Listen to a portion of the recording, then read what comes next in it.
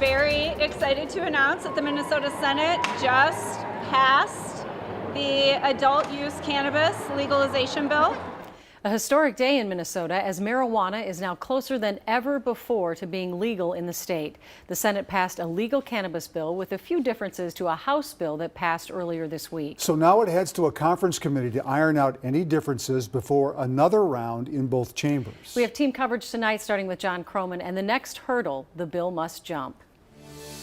The Democrats' recreational marijuana bill passed the Minnesota Senate on a straight party line vote. If it becomes law, starting July 1st, it will be legal to possess marijuana in Minnesota, up to 5 pounds in the Senate version, up to 1.5 pounds in the House version. That's one of the differences they're going to have to iron out between the House and Senate between now and the end of session. Those conference committee meetings will start fairly soon. Also starting July 1st, expungement of low-level marijuana crimes from the past. Now, Republicans are still hoping to trip this bill up. They say Minnesota is not ready for it. They're not ready for the downsides, such as increased traffic accidents or teenagers getting their hands on vapes or lack of local control.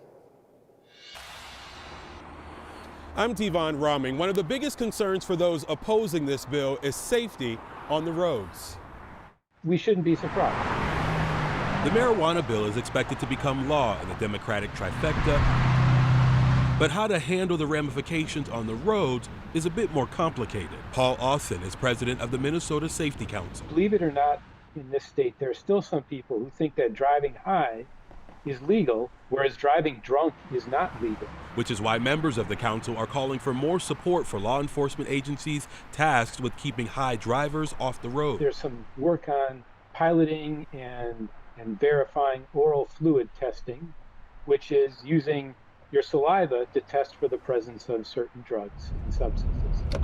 In addition to training drug recognition evaluators as outlined in the legislation. Over time, it was added in, and then the amount of money that is going toward it has been expanded. That's a good step. It is going to take a while to get these officers up to speed. For Austin, the biggest challenge for law enforcement will be deciphering between two key factors. Just because you find marijuana or THC in my system doesn't necessarily mean I'm impaired. I think we need to separate safety from criminality, determine impairment, take a driver off the road that shouldn't be driving, and then determine later if they are a criminal, or if they were using a drug in a way they shouldn't. Now, if the bill is signed into law, the state will spend roughly $2.8 million investing in a statewide impaired driving pilot project. Julie?